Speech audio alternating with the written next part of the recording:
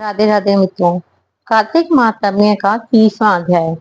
कार्तिक मास की कथा करते भव से पार, 30वां अध्याय लिखूं हुई हरि कृपा अपार। श्री भगवान कृष्ण ने कहा, हे प्रिय, नारद जी के वचन सुनकर महाराज पृथु बड़े विस्मित हुए।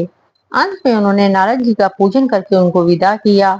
इसलिए माघ, कार्तिक और एकादशी का ये 3 व्रत मुझे अत्यधिक प्रिय हैं। वनस्पतियों में तुलसी, महीनों में कार्तिक, तिथियों में एकादशी और क्षेत्रों में श्री प्रयाग मुझे बहुत प्रिय है। जो प्राणी जितेंद्रिय होकर इनका सेवन करता है, वह यज्ञ करने वाले मनुष्य से भी अधिक प्रिय लगता है। जो प्राणी विधि से इनकी सेवा करते हैं, उनके मेरे अनुग्रह से सब पाप दूर हो जाते हैं। भगवान श्री कृष्ण के वचन सुनकर सत्यभामा ने कहा, हे नाथ, आपने यह बात बड़ी आश्चर्यजनक कही है कि दूसरे के लिए पुण्य के फल से कलह की मुक्ति हो गई। यह प्रभावशाली कार्तिक मास आपको अधिक प्रिय है कि जिससे पतिद्रोह का पाप केवल स्नान के पुण्य से ही नष्ट हो गया। दूसरे मनुष्य द्वारा किया हुआ पुण्य उनके देने से कैसे मिल जाता है, यह आप मुझे बतलाइए। तब भगवान श्री कृष्ण ने कहा, बिना दिया हुआ पुण्य और पाप जिस कर्म द्वारा मिलता है सो सुनो। सतयुग में देश, ग्राम तथा कुलों को दिया पुण्य या पाप मिलता था, किंतु कलयुग में केवल कर्ता को ही पाप और पुण्य का फल भोगना पड़ता है। संसर्ग न करने पर भी यह व्यवस्था की गई है, और संसर्ग जैसे पाप व पुण्य दूसरों को मिलते हैं, उनकी व्यवस्था भी सुनो। पढ़ाना, यज्ञ कराना और एक साथ भोजन करने से पाप पुण्य का आधा फल मिलता है। एक आसन पर बैठने तथा सवारी पर चढ़ने से, श्वास के आने जाने से पुण्य व पाप का चौथा भाग प्राणी मात्र को मिलता है। स्पर्श करने, भोजन करने और दूसरे की स्तुति करने से पुण्य और पाप का 6वां भाग मिलता है। दर्शन करने, सुनने तथा ध्यान करने से मनुष्य को पुण्य और पाप का 10वां अंश मिलता है। दूसरे की निंदा, चुगली और धिक्कार करने से उसका 7वां भाग मिलता है। पुण्य करने वाले मनुष्यों की जो कोई सेवा करता है, वह सेवा का भाग लेगा और उसे अपना पुण्य देता है। नौकर और शिष्य के अतिरिक्त जो मनुष्य दूसरे से सेवा करवाकर उसे पैसे नहीं देता, तो वह सेवक उसके पुण्य का भागी होता है।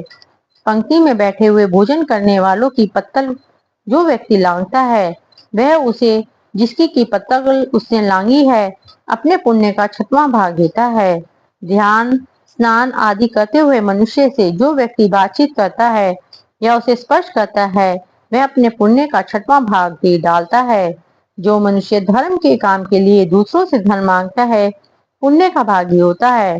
ठीक उसी तरह जिस तरह की दान करने वाला पुण्य का भागी होता है। जो मनुष्य धर्म का उपदेश करता है और पर उसके पश्चात श्रोता से याचना करता है, वह अपने पुण्य का 6वां भाग उसे देता है। जो मनुष्य दूसरों का धन चुराकर उससे धर्म करता है, वह चोरी का फल भोगता है और शीघ्र ही निर्धन हो जाता है। और जिसका धन चुराता है, वह पुण्य का भागी होता है।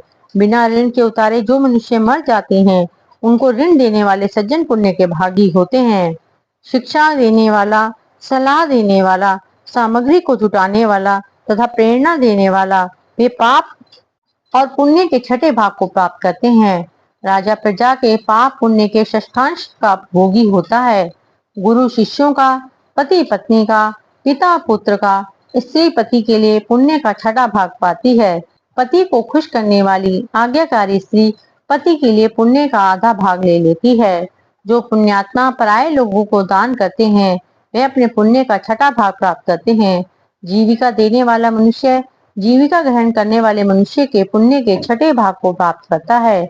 इस प्रकार दूसरों के लिए पुण्य अथवा पाप बिना दिए भी दूसरे को मिल सकते हैं, किंतु यह नियम जो मैंने बतलाए हैं, वे कलयुग में लागू नहीं होते। कलयुग में तो एकमात्र कर्ता को ही अपने पाप और पुण्य भोगने पड़ते हैं। इस संबंध में एक बड़ा पुराना इतिहास है, जो कि पवित्र भी है और बुद्धि को देने वाला भी कहलाता है। ध्यान से सुनो। कार्तिक महात्म्य का 30वां अध्याय समाप्त।